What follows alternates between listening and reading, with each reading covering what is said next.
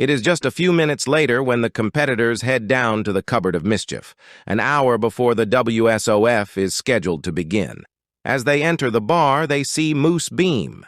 He glances at Brio as she walks in with the other competitors. It seems he had something to say, and for the first time, Brio is nervous. He smiles and greets everyone, glancing at his wife. He gives her a look that Brio can't quite figure out. Is he upset? She can't worry at this point. She is laser-focused on the competition before her, with no distractions. Moosebeam greets everyone and announces, "Gather around, I have something to read by myself." He glares at Brio. "Welcome finalists and finalists +1. Sylvia and Brio stand side by side, and Jacob is next to Vendetta. Moosebeam continues to read, "You need to know the chase and the man Felix Frost. You need to discover a code. That code needs to be entered into the speakeasy combo lock. If you enter the correct code, the door will unlock, and you can enter. Competitors Jacob and Sylvia. You do not need to enter the speakeasy with the same person as you partnered with for the final competition, as behind those doors is the beginning of your incredible reward, and you can choose anyone you would like." Moosebeam glances over at Brio, making sure the message he just read is emphasized and understood. Brio looks as if she was punched in the gut, which makes him realize the message had been received. Brio may not be selected, even if she wins the last competition with Sylvia. It is Sylvia's choice. Moosebeam continues. "The first to solve the riddle and enter the correct code will gain entry to the speakeasy in the back of the Cupboard of Mischief, where you will receive your handsome reward." Moosebeam smirks. "Hey, Brio, your handsome prize is right here." He winks to make her laugh. Sorry, back to the script. You will have no longer than 1 hour. Whoever wins will then come out of the speakeasy as we kick off WSOF and give a toast. Are there any questions?" "No," all four say in unison. Moosebeam then reads, "And also, one last rule. You can only enter one code by your team every minute, meaning if you enter a code incorrectly, you must wait 60 seconds to enter a code again. You must stand out of the way to allow the other team to enter their answer." Moosebeam hands each a green envelope. Inside, the card states only 7 words. "Find the pattern and win the prize." On the back of the card is a riddle. One is unknown, one was sold, one stands out and isn't bold. One's in flexi, one is fake. One was Brio's, for goodness sake. Moosebeam then quickly reads, "You will stand on each side of this cabinet. Remember, your competitors may be able to overhear you. It is now time to begin." There before them is a large cabinet with a black velvet sheet over it. He yanks off the sheet. "Ready, set, go."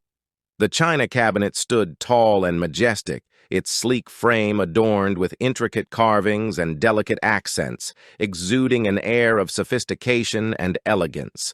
6 windows, each meticulously crafted, framed the treasures within, inviting admiration and curiosity. Behind window number 1, nestled on a velvet-lined pedestal, gleams a dragon bracelet, its gold scales shimmering under the soft glow of the cabinet's light. The intricate details of the mythical creature shapes in a coil around the wrist, evoking a sense of power and mystique. In window number 2, a single gold coin lays on display, a shimmering reminder of a bygone era, its authenticity questioned, hinting at secrets untold. The third window showcases a turquoise bracelet, its vibrant hues reminiscent of distant desert landscapes. Resting against a backdrop of plush fabric, the smooth stones form a captivating mosaic, whispering tales of ancient cultures and timeless beauty. Next, in the window labeled 4, a golden frog perches proudly in the center of the window, its lustrous surface reflecting the light with a regal gleam. Crafted with meticulous detail, the amphibian seems to come to life, a symbol of luck and prosperity. Beside it, labeled 5, an emerald ring glistens, its verdant gemstone captivating the eye with its mesmerizing depth and clarity.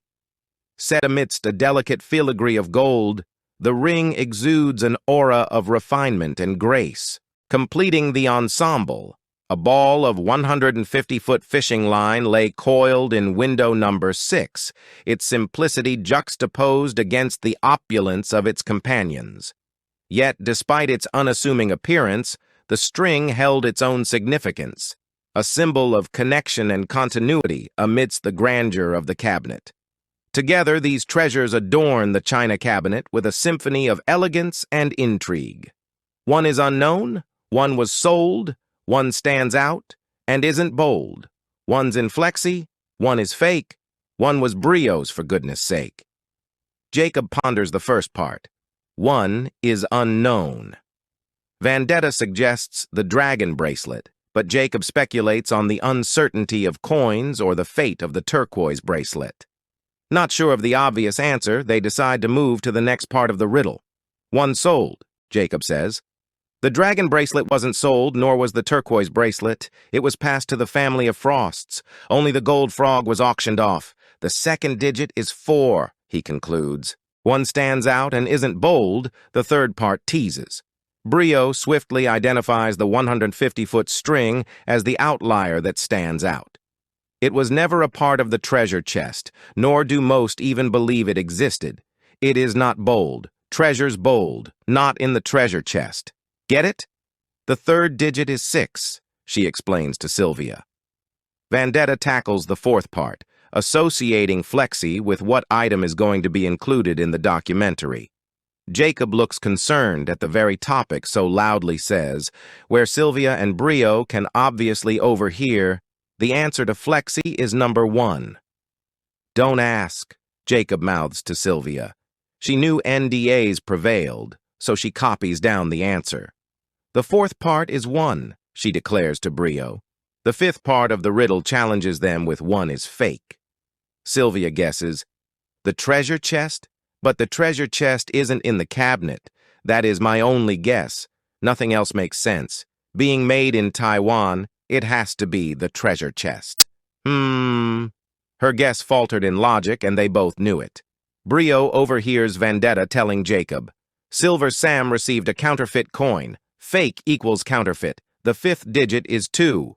X, 4, 6, 1, 2, X. The first and last digit not yet solved by either team. The last part of the riddle, 1 was Brio's for goodness sake. Jacob says to Vendetta, the turquoise bracelet and emerald ring have not yet been used in the riddle. Matching them up, Sylvia's worn the bracelet, so it is not missing. The other option is the emerald ring. The ring's status of its ownership is unknown. So logically, going back to the first part of the riddle, 1 is unknown must mean the emerald ring, securing the first digit, 5. Jacob is feverishly scribbling 5, 4, 6, 1, 2, with only 1 digit left. Tension peaks. Jacob urges Vendetta on. Racing against time, Sylvia and Brio lock in 5, 4, 6, 1, 2 as well, just seconds behind the boys, but struggling not to get flustered on the last digit. Vendetta hears Brio, the blabbermouth, 1 last digit. Oh my goodness. They are neck and neck. Jacob says, the ladies are close. They have 5, 4, 6, 1, 2. Only 1 digit left, and the only one that has not been used is 3. Brio, what did she want? Vendetta replies, I know Sylvia wanted the turquoise bracelet from the treasure chest. Everyone wanted the bracelet, so it fits, maybe. The last digit is about Brio, and she will crack it fast. So run, just run before they enter it and win. Jacob strides quickly to the keypad. He enters the code. 5, 4, 6, 1, 2, 3.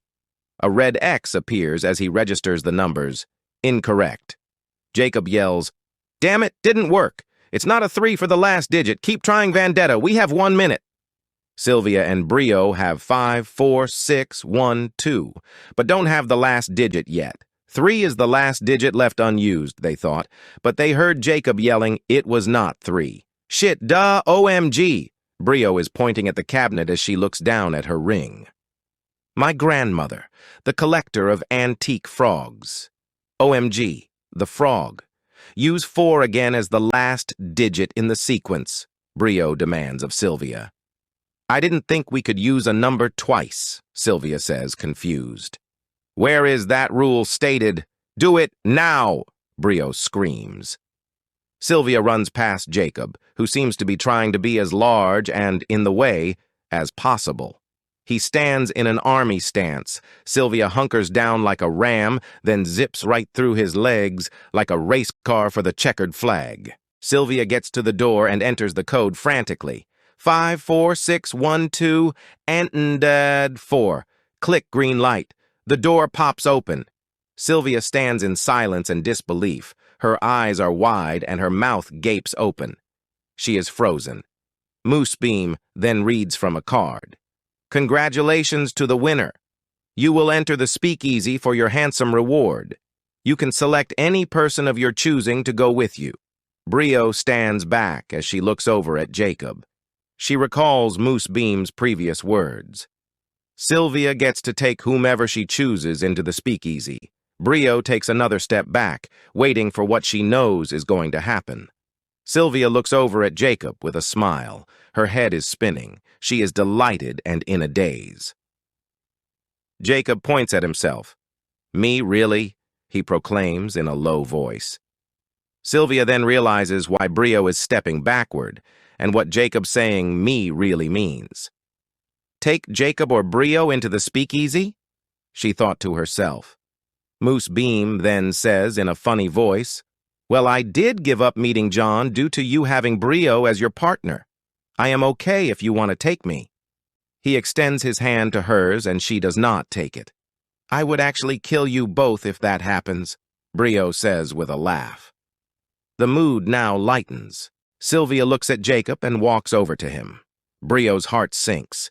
They embrace, Sylvia whispering something into his ear, then turns around and looks at Brio. Brio says, I totally understand. Have fun in there. You deserve it. Sylvia smiles. 50% you. She grabs Brio's hand. Let's do this. Together. Treading carefully, the two lady hunters ease through the door. An unseen force slams the door tight with a loud click of several locks moving into place behind them. Jacob turns to Vendetta. Sorry, I jumped the gun on the last digit. Vendetta says, I agreed with your logic, so we are good. Moosebeam walks over to Jacob. She didn't pick me either, Jacob. Let me buy you both a drink. Women really do rule the world.